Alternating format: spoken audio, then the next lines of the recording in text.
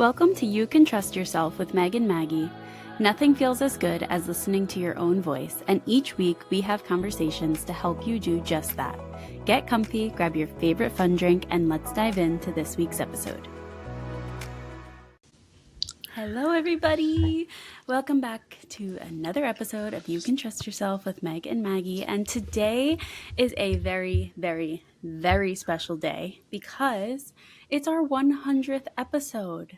I am slightly speechless, which as a podcast host is, not usual, but there's just something about 100 episodes that it's just making me feel all warm and fuzzy inside. And I'm just so happy to be doing all of these episodes with you, Meg. Yeah, it feels like obviously a huge milestone and feels like an anniversary for us. Like we've been married for years. 100 episodes is really, really special. I love what we get to create together, and I love all of you who are in our community and those who continue to join us. It is just one of my favorite places to come every week and be with you, Maggie, and be with all of you and just have a community in this virtual space. So thank you. It's so special. And to think we've gone through 3 name changes. So if you've been here since the beginning with us, thank you. We love you so much.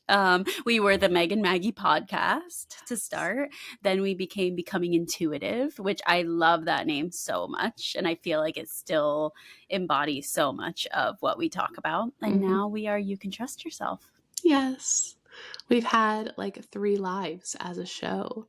Yeah. I'm sure we'll have many more to come. Hopefully, maybe not too many more name changes, if any. Yeah. We'll try and keep that consistent for you all. But it is a really special thing to have had something that I want to say it was around February when we actually started. It was. I am curious. I'm going to look up while you are talking a little bit. I have a question for you, but I want to look up the day our first episode came out. But it definitely was around this time of year. Mm-hmm. And I would love to talk about what we were doing when we started this. So you messaged me. You reached out to me to start a podcast. And I just kind of want to reminisce on that a little bit. So do you want to tell us about what was going on in your life at that time? I really do, because it's not like Maggie and I were BFFs and we were let's make a podcast. It was very organic and very almost a little woo-woo, spiritually aligned, if you will. So I remember the exact day I was walking on my old college campus, just getting my steps in, just kind of walking. And I felt this longing to create something. And I was I think maybe a podcast would be really, really fun. And I was I don't want to do it alone. Who would I have a podcast with? And Maggie's name clicked into my head. And that wouldn't be odd, except for the fact that we weren't friends. Right? How Maggie's name clicked into my head it makes no sense. That's why I feel there's a very spiritual, guided component to this creation that we've made together, because I'm walking and I'm Maggie, it would be with Maggie. Now, mind you, we didn't know each other. We knew of each other. We've always kind of known each other through childhood, mutual people, things like that. But I didn't really know Maggie. And 2, even more transparently, when I had met her, I was we're so different. Yeah. We're so different. I even noticed at first, and I know this won't be offensive. I love it now looking back, but I was Maggie's just doing her own thing. I feel she wouldn't even want to be my friend. She's just so cool. That's how I know. I kind of felt like that. Anyways. And so the whisper of Ask Maggie came out of complete blue. There was no rhyme or reason. It just happened. I messaged you. And I was I think I want to start a podcast. Would you want to do it with me? And now, where were you? What did that look like for you? Yeah, so I remember when I saw the message, you messaged me on Instagram, and we had messaged a little bit back and forth. You were going through like your intuitive eating journey at that point. I was doing fitness Yes. coaching, so you had reached out to me a Yes. couple of Okay. times, and we just like had conversations. And so there were some messages, in our Instagram message thread, but this was pretty random. I was actually walking into a one-on-one personal training session at the Mm, time when I got the message. So that's how much my life has changed because I don't do that anymore. And I remember, I think you sent me a voice message, and I remember listening to it, and something inside of me was just like, yeah, I want to do that because I also had been having this longing to start a podcast. And I think that doing it alone was the thing that stopped me because it's really hard to do things by yourself because there isn't that like added layer of accountability, right? It's easy to say like, mhm. oh yeah, I'll like start that thing, and then you just don't. And so when you reached out to me, I something about we were talking about this last week about how I get excited about things and I don't know if it's me or them. So I was excited. And I remember sitting with it. I think I told you that I wanted to think on it for a little bit. And then I came back to you and said yes. But I remember being really excited about it. I remember being pretty nervous because I don't think I really had done anything with anyone else at that Yeah. point, like any like projects like that. So that was a new thing for me, but I was really excited about it. And I also remember like we've had a couple interactions where we had met. One time I was at your aunt's house and I remember my dog ate your dog's toy and you weren't even there, but that's like one interaction that I remember.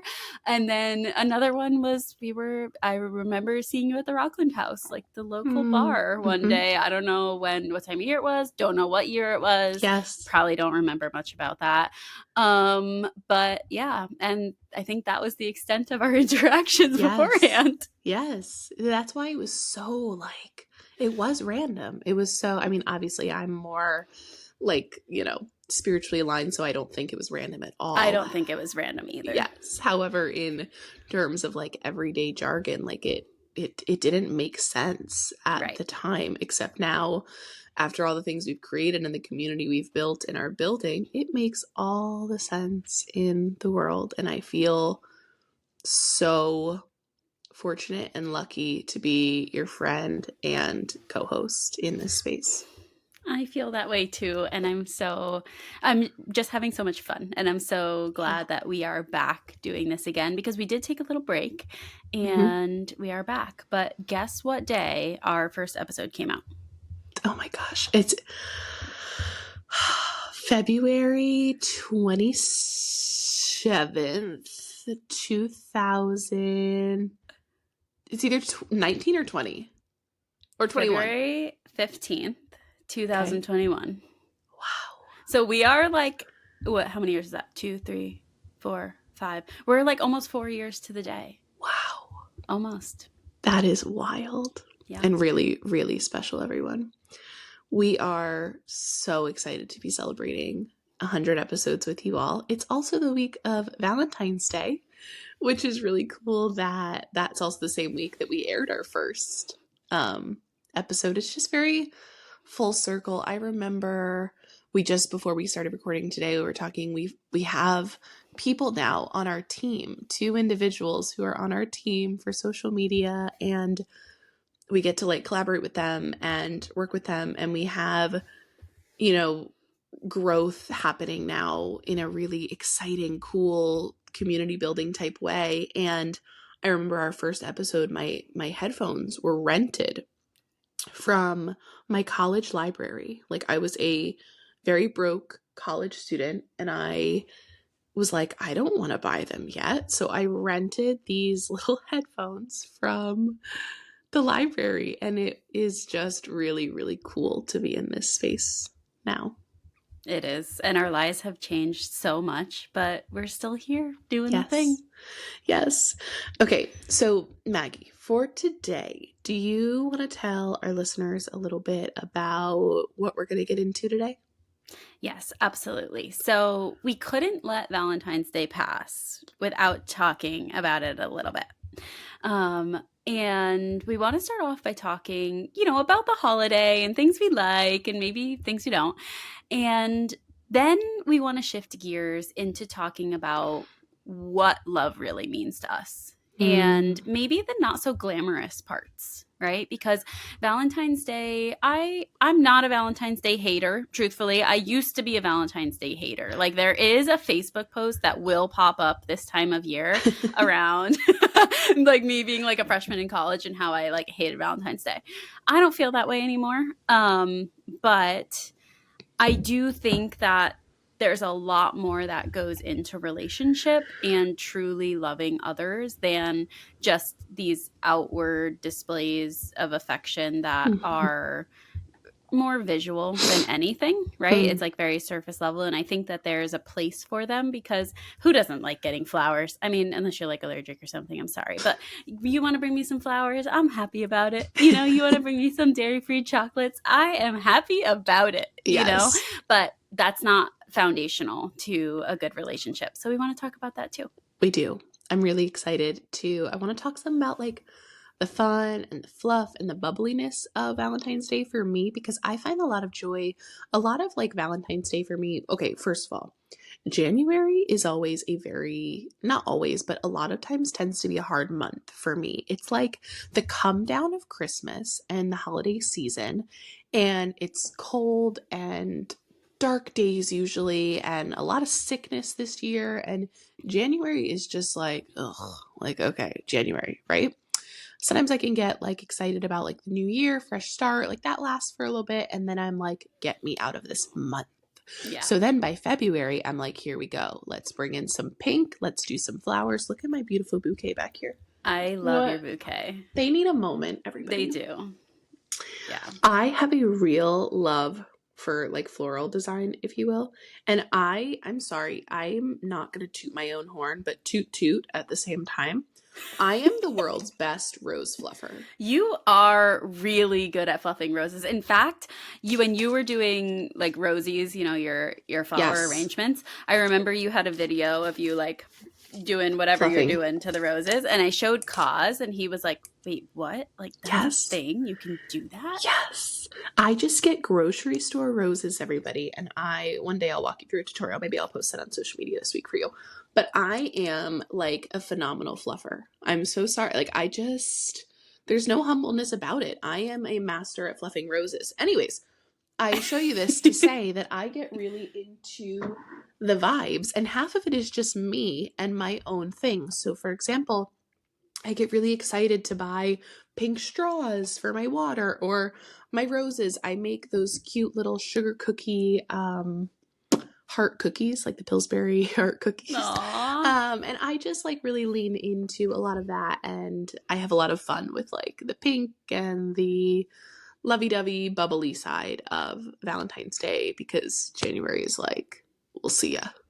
Honestly, I've started to notice that about January too, especially this year. I was like, that was the longest year of the whole year.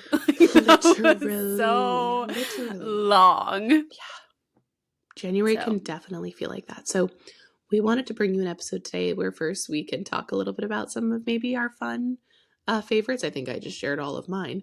And then we really did want to bring you a honest, real, almost like the messier, real sides that we've experienced with love and relationships, and for us in particular, marriage, because we're both married.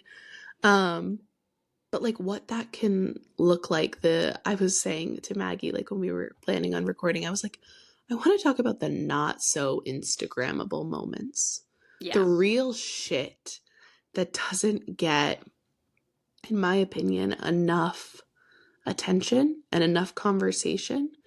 And the reason I wanted to talk about that today is because when we're going through difficult times in any situation of life, whatever it may be, mental health, physical illness, financial, whatever struggles one could be going through at different times in life, one of the only things that helps me through, well, there's a few things that help me through, but one of the consistent things that helps me through is knowing that somebody else has gone through it or is going through it. Knowing that we are not alone, for me, is half of the ways that I'm able to live life, because that loneliness and that isolation is one of the most detrimental things to us as human beings. So I love when people share. I love when they're vulnerable. I'm not going to exploit my whole marriage today or anything like that. But at the same time, when I'm going through difficult seasons, I just wish that things were talked about more so that we would feel less alone. I agree with that. I think that there are obviously every relationship is different, right? Whether it's like marriage, like we want to talk about, or relationship last week, like we talked about with different family members or friends. Every single relationship is going to be different, but I think that there are some universal truths. Right. Yeah. And we don't know all of them, but we know some of them. Sure. And I think is really valuable to share those things because there are things that everyone is going to go through, even if it looks slightly different how it shows up, right? Like the Sure. foundations of it are the same. And the quicker we can learn those things, the better the relationships are. And I think that that is more fun, first of all. Mm, And growing together with other people it's so special, yeah. right? I don't really know like another word to describe it because when you both start, like we'll talk about, marriage, when you start together with, I don't know, nothing, wherever you start and you're on the same page, every milestone you hit together it brings you closer, right? And it's not about the end result, but it's about the commitment to getting there, and that all the things that you go through along the way are the things that bring you closer together. But they will very easily push you farther apart from one another if you're not committed to the relationship, right? And that's Yes. something like we were talking about a little bit before we started recording, is that if you're not committed to the relationship working, then it's always easy to find a way out. It's easy to let things like create little wedges between you or Yeah. to create frustrations, right? But when you're committed, it's easier, it's not easy, but it's easier to remember little principles like it's us against the problem, not us against each other. Yep. Right. Or something as simple as that, where that's really hard to put into practice. It sounds like a simple little sentence, but it's hard to put into practice. And those are the foundational things that make Valentine's Day mean anything, right? Because Hmm. if you bring me, last year Cause made me chocolate covered strawberries and like my heart exploded because like making me food I can eat is like one of like my biggest love languages because I Hmm. have like allergies. And so he found like dairy free chocolate and he was melting it and he was making the chocolate covered strawberries. And I was like, this is the best day of my whole life. And if we didn't have mutual respect for one another and mutual commitment to our relationship, those strawberries would have meant nothing. But they didn't Mm, mean nothing amen. because we have like a foundation of that. Right. That's absolutely, I love that point because this is actually a perfect segue into why we're going in depth today is if we just receive surface level out external things such as flowers, chocolates, gifts, as fancy or as small as they may be, if we do not have the sentiment of what one is trying to build within relationship, it it's going to land flat. It's not going to feel the same. I remember, oh, Maggie, I feel like I have to share. We've definitely talked about it before on other ones. Great. Let's talk about it again. I think I have to tell my legendary Valentine's Day story. And I think you have to share your legendary Valentine's Day story about what we did on Valentine's Day when we were younger. Okay. I don't remember, so I'm going to need some guiding Perfect. I will questions, bring but you back into it. It's guide really me back. important. Let's go. I remember, okay, Valentine's Day. My family will never let me forget this, no matter how long I've been married and all the things. I had a first love who, shout out to that first love. They were a great, amazing person, blah, blah, blah, right? I broke up with them on Valentine's Day. Oh, yes. Oh no. I know, I know. I'm sure we got back together many times after that, but they brought me flowers, chocolate, and I knew in my body that I didn't want to be in the relationship anymore, and I broke up with him on Valentine's Day. Now I I also look, broke up with someone on I Valentine's know you Day, and did, that's and why. that's why we're talking about it. Okay, I great. remember, and my family will still to this day be like, why, how could you do that to someone? Da da da, wait till the next day, blah, blah, blah. And I was young, silly, who cares? The details of it don't matter. The principle, however, still kind of matters to me in this sense that, like, my body knew I wasn't in it. So when I got that external gift, my body was telling me, you're not wanting to receive this gift because you're not really wanting to be in the relationship. And so my little 14-year-old self, as silly as this story may be, I knew in that moment. And getting the gift was actually my biggest sign of knowing that. And so one could say, like, oh, what a cruel 14-year-old. But another part of me is like, God, she was starting to trust herself young, you know? Yes. Yes. Oh my gosh. Okay. There are so many things that I want to talk about. I will tell the story. But first, there is nothing wrong with knowing what you want and what you don't want. And it makes me very frustrated when, like, your family's just looking out for you, right? And this is not your family that makes me frustrated. It's like the whole concept of this. Your family's looking out for you and they're saying, don't be cruel to that person. Break up with them the next day. And it's like, okay, so I should know exactly what I want and what's best for me, but like not do it because someone else might think something about it. Like, no. Anyway. We may have to And stay here for a second. yeah, because I don't like, especially when we do that to young kids and we teach them that you're teaching them not to trust themselves in that moment, right? Because they know what is best for them and they want to take action on it and you're steering them away from it. And like one of my foundational beliefs is that being kind matters, right? Hmm. And so if you are this 14-year-old and you're going to go break up with someone and you're going to be mean to them when you do it, that's not cool no matter what day it is. You know what I mean?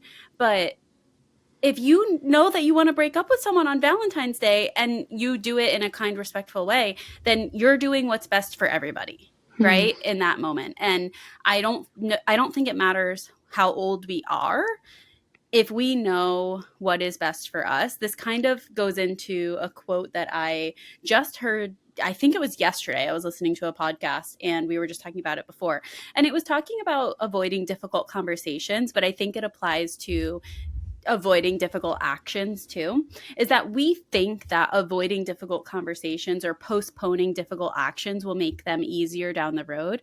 But adding time into the mix really only puts us into debt and we have to pay the interest later, right? So every day, every moment you wait to take action on that thing is just making it harder. Right. And I think that it's important that when we know something about ourselves, that we take action on it because that is one of the most foundational ways that we trust ourselves. This was 4 years worth the weight of texting you.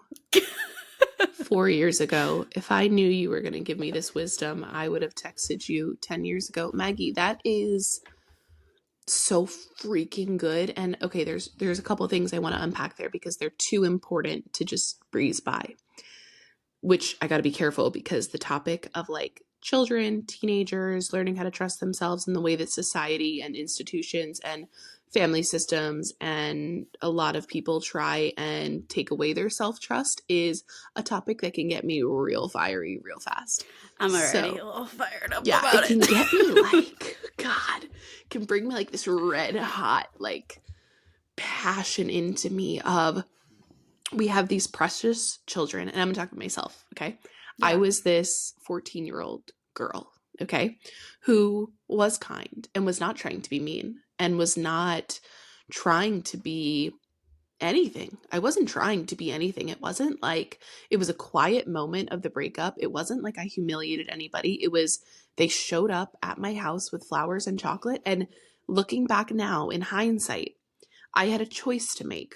I can accept these flowers and these chocolates and I can pretend today, Hmm. or I can honor the fact that these flowers and chocolates are making me feel some type of way that I know I don't want to fake it, and I have a choice to make. Yes. And if I had the wisdom or the teachings that I do now, and I think I mentioned Glennon last week. Glennon, I promise I'm not like a super like creepy fan. I promise. I just love She you and is a fan. She's just not I'm creepy. a huge fan. I probably am, but like I'm not trying to be a weirdo by mentioning you every week. I'm just you've taught me so much. Anyways, if I would have had your language at that time of knowing that my only job is to disappoint as many people as I need to not disappoint myself. What a breath of fresh air that would have been. Because that's exactly what I did that day. I disappointed him. I disappointed my family because they were like, oh my God, she just did that. But I didn't disappoint my motherfucking self. Yep. At the ripe age of 14, I knew I had a choice to make, and I did not have the language for it at the time by any means. But you But still my did it. but I still did it. And I knew in that moment, I'm either going to feel the icky feelings of pretending and fakeness, or I'm going to do some uncomfortable shit, but I'm going to feel good about what I just did, or better than the icky feeling, right? It Yeah. may not feel good, but I feel aligned and I feel self trust. And at that time, this is giving me the little chills because at the time, who knew we'd have a podcast, years and years and years later. But that's what happened. That's what occurred before I even knew what I was trying to do. Yep. Well, I think it comes down to, do you want to feel good now or do you want to feel good later and forever? Right. So it's like Mm, you get to make a choice. If you accept, like you're saying, if you accepted the flowers and the chocolate and you just like went along with it, then everyone would feel okay in the moment, but you would feel bad after that. Right. right. Where you can make a difficult choice. Both choices are difficult, but you can make the hard choice now to break it off. And then everyone feels uncomfortable in the moment, and then everyone feels better later. Yes. Right. And I think that, Yes. like, that's the universal principle that we learn here, is that it's going to be hard, whether you do the hard now or you do the hard later. Right. It's Correct. going to be hard. And so if we already know what the best option is, it's best to take that action as soon as we can, because it limits the amount of hard that everyone has Correct. to experience. Correct. And that principle applies now, not in the sense of breaking things off because we're, committed to our beautiful marriages, Yeah. but the same principles apply of now I kind of want to unpack the other part that you said, Maggie, of we have this choice to make in relationships. And in our case, we're going to talk about our experience in marriage of we have this choice to make of like, we can either have the difficult conversations up front and get really messy and at times extremely and really painful exchanges and conversations or arguments, or we have the choice to try and sweep it under the rug and pretend it doesn't exist. And like you said, we are going into debt and we're going to pay the interest of that debt later on. Yep. Can you talk to me? Listen to me. I'm like so invested in what you're saying that I'm like, it's an audience of one. There's no other listeners this week. It's just Meg listening from Maggie. Uh, can you share with us a little bit more? Because I think it's such an interesting concept that you learned about and one that applies so well to marriage, like what that looks like to you and how you kind of navigate difficult conversations so that you don't, I assume you're trying not to go into debt in that Hmm. way. Yeah. So, Cause and I, we were together for 3 years before we got married. So we were together for a year and a half, got engaged, and then we had a year and a half long engagement. and then we were married. And in that time, up until but we got married, we were never the type to like push difficult conversations away necessarily. We would have them, and the way we would have them was not necessarily beneficial, right? Because we were at least doing one thing well, which was, the concept of like, don't go to bed angry, right? Like, don't go to bed angry at one another. We didn't. And sometimes that meant we were awake for a very long time, hashing things out before going to sleep. But we didn't understand the concept that it was us against the problem, not us against each other. There were moments where we were better at it than others, right? And before our wedding, we actually went to a pre-marriage seminar, and it was required by the church, but it was hosted by a psychologist. So it wasn't like a religious course. It was a like marriage counseling course, and it was excellent.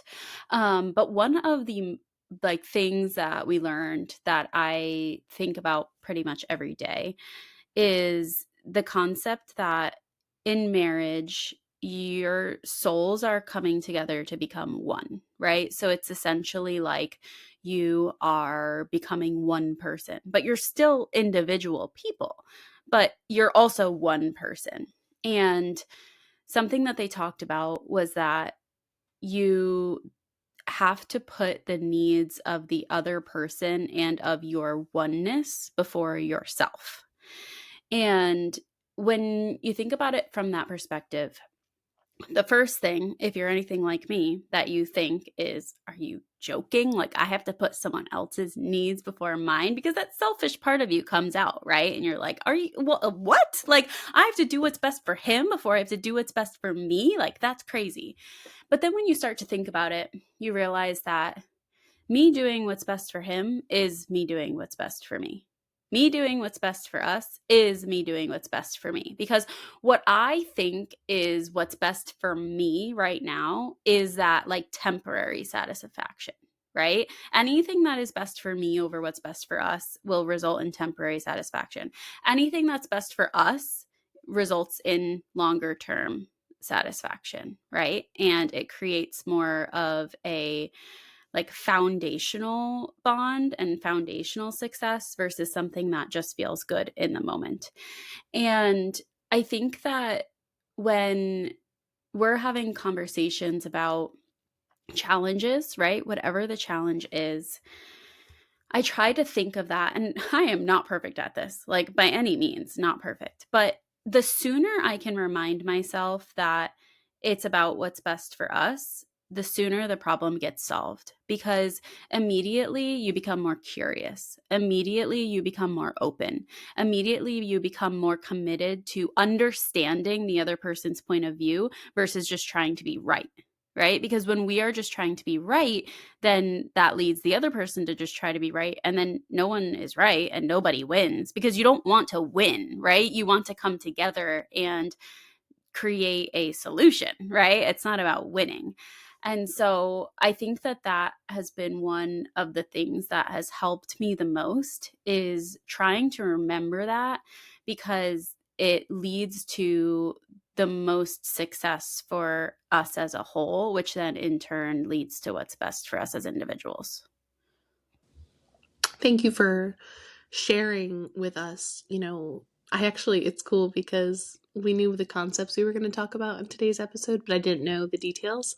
And it's actually really cool because I know a lot about you, of course, but like I didn't know all of the more like framework of how you view marriage in some ways. And so it was really cool to hear yours. And I love that, as I kind of share, I'm like a baby marriage person because I'm a newlywed, She's a but newlywed. I'm a newlywed and you have 5 years, invested in your marriage and your life. And then, the 3 years before that, even.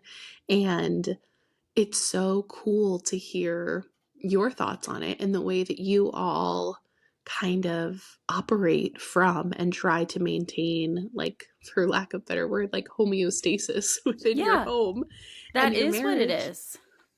And it's cool too that mine so far as a newlywed is different than yours. And I want to share a little bit, like, that's what actually the beauty is that I didn't realize is like every relationship, every marriage, every connection with other humans varies. And what I love is that we're not here today to tell you this is the right way to do it. And you got to make sure that you do this. If anything, like the name of our show, we're here to tell you trust your freaking self and your own relationship or your own marriage or your own partnership of what that looks like for you. Because Maggie's looks different than mine. So Hmm. for me, I'm just going to go right from the start of transparency. There was so much like for me and my husband, we are growing together. And that start has been really, really hard in some ways. And there's a lot of growing pains, if you will. We as individuals are very strong as individuals. Like we're very strong willed individuals separately. And I really love that about us. And there's a part of me, we got married in the church that I grew up in. And even more transparency, I don't feel bad saying this at all. If we planned a little bit more and took our time, we talk about this all the time. I don't know if I would have gotten married in the church because one, I'm not really a religious person. I don't align with a lot of the values that the church upholds. And who cares? It was this nostalgic, beautiful place that I grew up in, and we did the damn thing, right? I probably shouldn't say that in the same sentence as church. That's probably super disrespectful, but that it's It was like, a beautiful wedding. it was a beautiful wedding. And some of the things that were mentioned and talked about, I don't know if I believe. And that doesn't mean that it's offensive or wrong. Like, I love hearing you say, Maggie, that for you and Cause, the idea of blending your souls into one works for you. And it sounds to me, I'm like, God, that sounds beautiful. And I took vows that kind of said the same thing. And Hmm. as Matt and I navigate marriage, I'm like, I don't know if we're going to blend into one soul. I think we might, and that's cool. But as of right now, we are two souls who are learning how to love each other as two separate souls.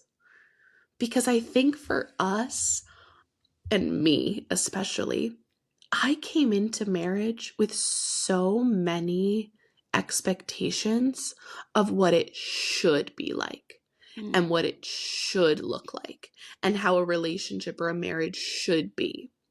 And all of those expectations came from external sources of movies, examples, family, churches, all these different opinions came in. And I didn't know it at the time until I found myself in marriage of, oh shit, I don't know if I believe all that stuff. I love this person. I like him a lot. Just like who he is. Like, I just think he's really cool, right? And I want to grow with him and I want to build something with him. And all of these expectations that I'm putting on us, I don't think they align with who we are as individuals.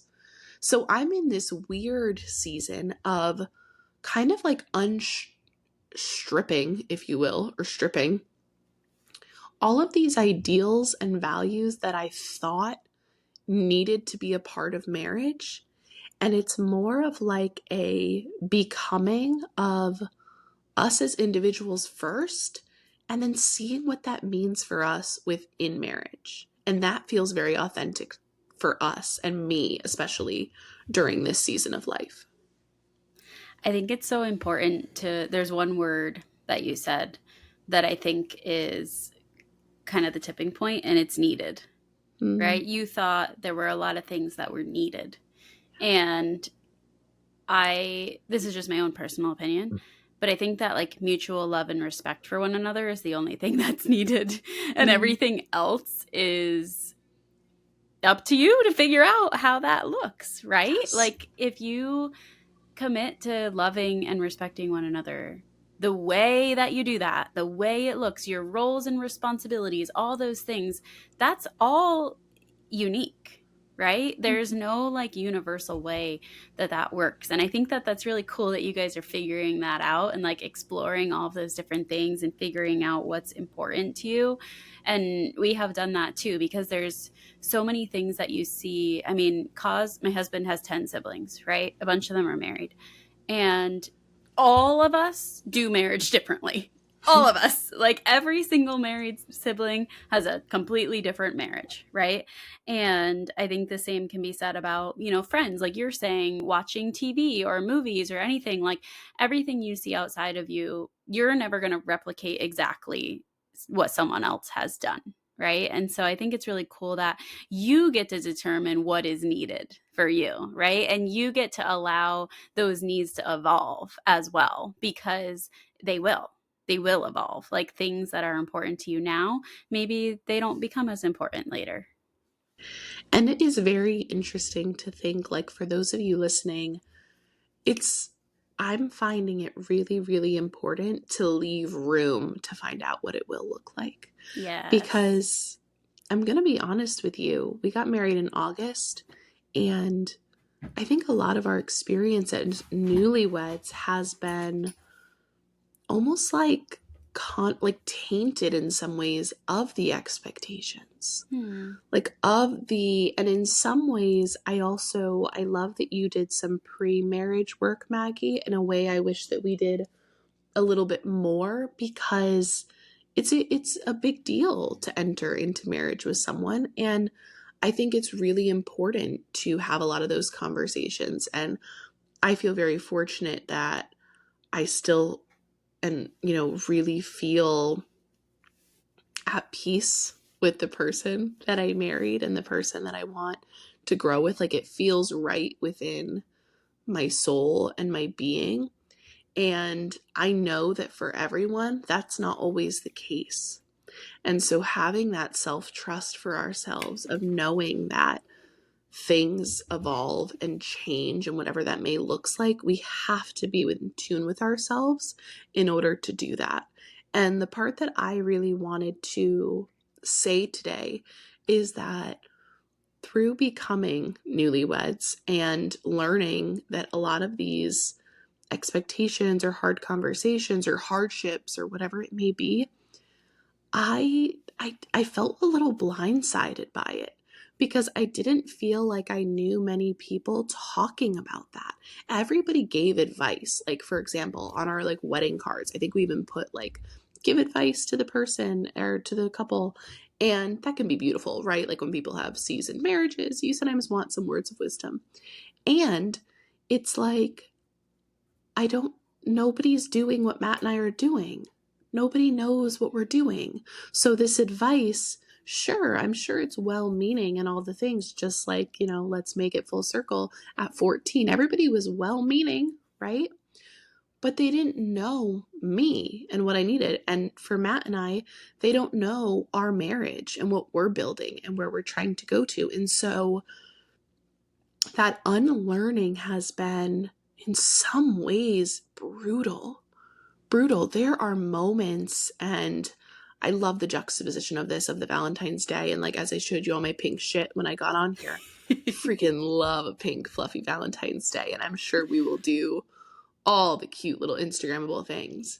And there have been countless moments of brutal, painful, excruciating conversations held that have brought us to our knees, have brought us to the core of who we are, and made us shake with fear and uncertainty and pain and anger and all of these emotions that, why the fuck did I never hear anybody talking about them?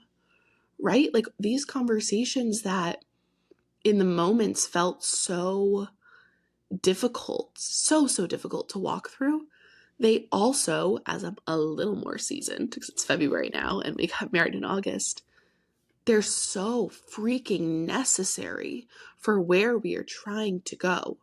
Now, how do we hopefully learn and adapt to like maybe we don't lead with this, or maybe we don't speak to each other like that, or maybe we try not to go there, right?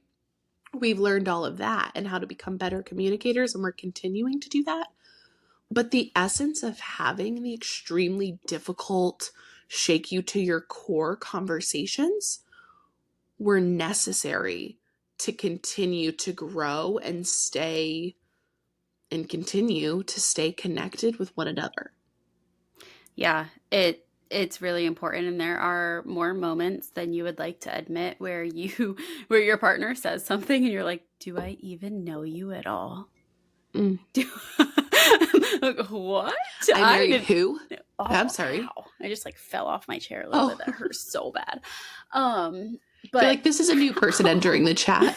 yeah, it seriously. And those moments, I think they're really important for a couple of reasons. One, you get to know each other better, which is really important. But two, it's also an opportunity for us as like the receiver of that information to practice how we communicate back to, because we're only in control of ourselves, right? We talk about this all the time, but we're only in control of ourselves. So if my husband says something that I don't like, how am I going to respond to that? Am I going to respond in a way that makes our relationship worse, or am I going to respond in a way that makes our relationship better? And it is so hard to put your ego and pride aside, right? Especially when that thing feels like it's an attack, whether it was personally an attack or it only feels like an attack because you believe something different. It's incredibly challenging to not attack them. It is so challenging. And that's, I think, one of the biggest things that we have learned and worked through is that making it personal doesn't help. It just doesn't help. Like, I don't think there's a better way to explain it except for that it might feel really good in the moment for you to like really let them have it, but it doesn't feel good later. It doesn't make them feel better. And it's only going to bring more harm to you and to your relationship and to your partnership because you've hurt each other. Right. And that has been one of the most difficult things for me. I feel like I've gotten a lot better at it now, but in the beginning, that was really hard. Like, I was definitely really, I could be mean. I could be really mean. And so I can still be mean because it's part of me, and I think I've gotten a lot better about not being as mean for the most part. But those things are really, really challenging. And the thing is that if you don't have the conversation, nothing changes and gets better, right? And if you have the conversation in the wrong way, nothing changes and gets better. So you have to figure out how to have the conversation and have the conversation in the right way that actually helps you move forward. Yes. Yes. And that's the part that I really do agree with in the terms of the commitment of the marriage, is both of you being willing to have those difficult conversations and learning how to get better at having them, Mm-hmm. right? And so one thing that I really want to mention, and I feel really strongly about it, and it didn't really come to me until just now, like so many things do. I think for so many of us, and especially me and our marriage, and I'm just going to speak for myself and how moments where I wish I would have done things differently. And I'm, of course, trying to evolve now and change now as a partner. But the expectations that I had were kind of like this very small window that I wanted Matt to walk through. Okay. So the expectations that I had and these ideals that I had set for what a quote unquote husband should be, right? It was like having, my husband is 6'8". Okay. So let's just get this visual. So I got this little tiny doorway that I want him to walk through, right? I need you to be, and I'm really gonna lay it all out there for you guys. This was, because it's not anything of him. I'm not selling anybody else out but myself. Let me sell myself out for you so that we can really get real here. I wanted him to walk through this little tiny doorway of I want you to be the kindest, most respectful, sensitive man in the entire world, right? Then I want you that if I choose, to focus on school and all the things, I need you to provide all the income for us. And I need you to still make sure that you're always helping with stuff in the house, though. And I need you to be working on your own personal growth and endless lists of all these expectations, right? And the problem with that list is not that we have expectations, right? The problem is that one, we didn't communicate them very well. And two, a lot of those expectations weren't my own. A lot of them were coming from a place where I felt like we have to do it like this or it's not going to work. And the problem with those expectations that I put on my husband is that I expected him to walk through this little teeny tiny door frame, and he wasn't able to stand up and be a full human being in that experience, right? Because I'm trying to get him to walk through this doorway where he's like, me and myself as the guy and the man, we're having a hard time fitting in here because this is all really new and this is all really hard, right? And I'm like, crawl, bitch, crawl through it. And sorry, I'm being a little like, you know, candid here with it, but that's a lot of what I think I set myself up for some hardship in that way of I am a therapist by trade, therapist in training, who believes in people being fully human, right? Taking up as much space as they need to in this world and in their experience. I show up here on a podcast every single week and tell you to trust yourself and tell you to take up space in this world and tell you to take up space in your relationships and stand fully drenched head to toe in who you are. And then I have this most beautiful soul who I love and adore and married. And I said to him, what? Hold on. Everybody else can stand straight up, but you, sir, you got to crouch down and get through this doorway because I know we have to do this for quote unquote marriage. And I robbed him and us of the experience to show up as fully human within a marriage. And I don't know exactly how it's going to look because we're winging this shit, everybody. We are trying our best and we are just making it up as we go. But what I can say is that I feel really, really proud if we can both show up fully as humans and take up the space that we need within this marriage, we've done something right. And it's something that I can hang my hat on and feel proud of. And I didn't do that in the beginning. And in a lot of ways, I wish that I had. Mm-hmm. Thank you for sharing that. I think that that's very relatable. Mm-hmm. And I know at least for me, it is because you mentioned how a lot of those expectations weren't even your own. It's something you learned or picked up somewhere else, right? And now you have this whole conglomerate of expectations. You have to pull them all apart, decipher which ones are even yours, which ones you learned somewhere else, which ones you want to keep, which ones you don't, right? And then you have to figure out, okay, I have this desire for my partner. How can I explain my desire to them without making it like mandatory, right? Because they're still a person too, and they get to decide how they show up. How do I explain it to them in a way that makes them connect to the way that their actions make me feel without making them feel bad? How do I, like, there's so much that goes into this, right? It is so complicated. And even the other day, Kaz and I were at church and we haven't been in weeks, and we go, and at the end they were like doing this like special part of the ceremony for a like memorial, and they hand out candles to everyone in the church, right? So we have our candles, and the way that it works is like the priest brings the one candle out and he has the light, and the parish council members go up and they light the candles and then they spread it out to everyone else in the church, right? And so I'm standing on the outside of the row, causes against the wall, it's like just the two of us, and he kind of pushes he's like, let me out. Like, and he wanted to go up and get light and like bring it to someone else to light their candle. And I got so frustrated. I was like, are you kidding? And like, he's like, takes his candle. He goes up to this lady. I look at it and I'm like, oh, he's bothering her. And then he lights one candle and he comes back. And I said to him, wow, you did so much. And he looked at me and he was like, why would you say that? And I was like, yeah, why did I say that? And like I had to apologize and I said I was like I'm sorry and I was like and at the same time I didn't want to apologize because I was frustrated, right? I was frustrated and it like I was just like why did you have to do that? And then afterwards he was like I just wanted to be me. Like I just wanted to be helpful. I just wanted to feel like I contributed. And I was like you are so right and I'm so sorry that I made a big deal out of that. Like I don't want to change him to be someone who doesn't want to contribute. Like that's who he is. Those are the things that makes him special, right? Is that he always wants to contribute. He always wants to help. He always wants to be there.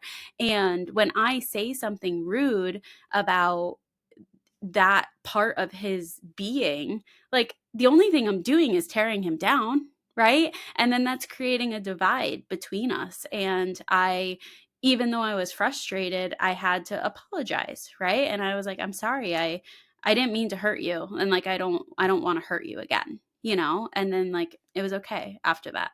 But we all have those moments and we do things like that where we unintentionally hurt the other person because we're just thinking about ourselves. Yes. Yes. And isn't it, not to lighten the mood too much, because I love where we're going, but isn't it really annoying that they like, we want them to be them, but there's also parts that we don't like of ourselves and them? Hmm. Yeah. It's really annoying. Of both. Yeah. Of both. It is There's really so annoying many because parts of, I was like, will you please just stand still? And he's like, I don't want to stand still. I want to help, you know?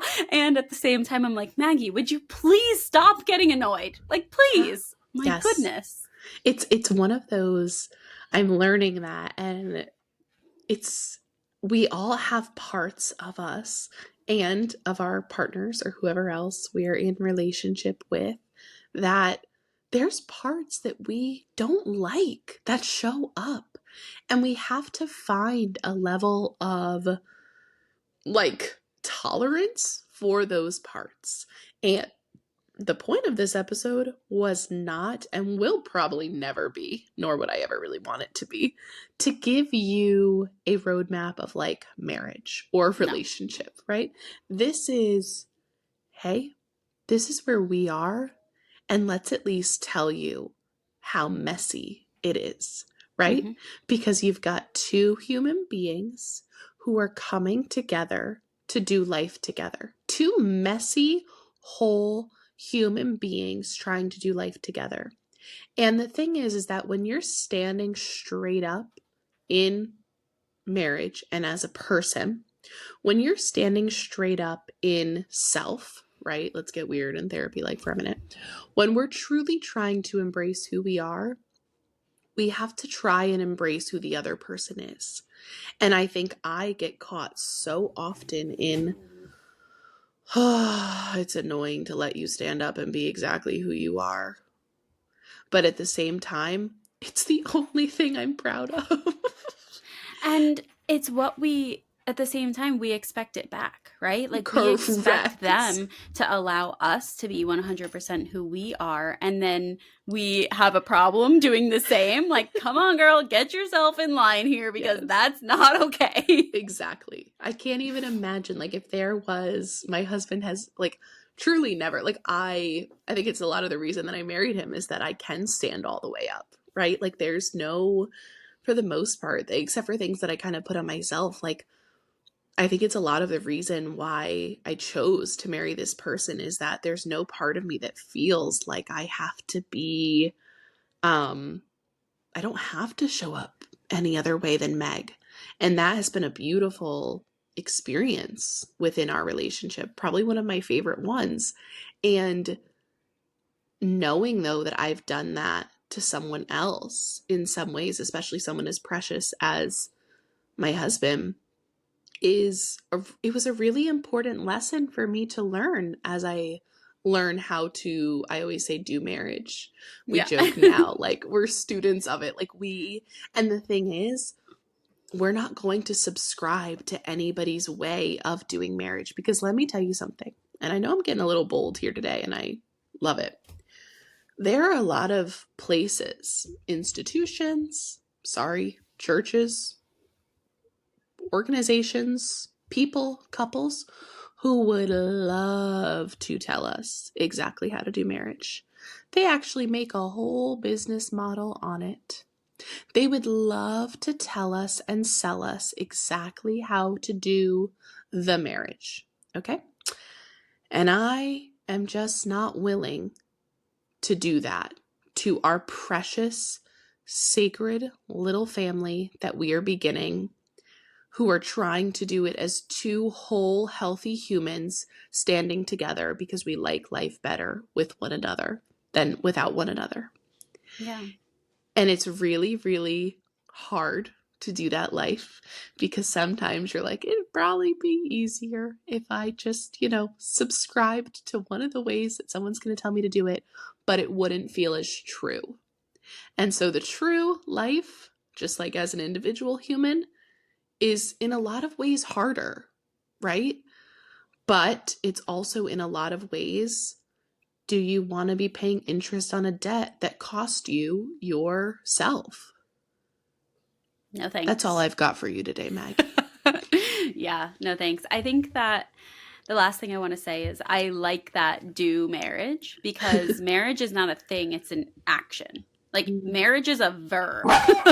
Like, we have to work on this, It's not something this is not a noun, right? Not a person, place, or thing that just exists on its own. This is an action. And so I do think that that is a great way to look at it. And I agree that whether or not you do have some sort of like roadmap of how you do it, you still have to make it your own. You still have to analyze it. You still have to say, this is for us. This is not for us. This is how we're going to do this. This is how we're going to do that, right? We can't ever just be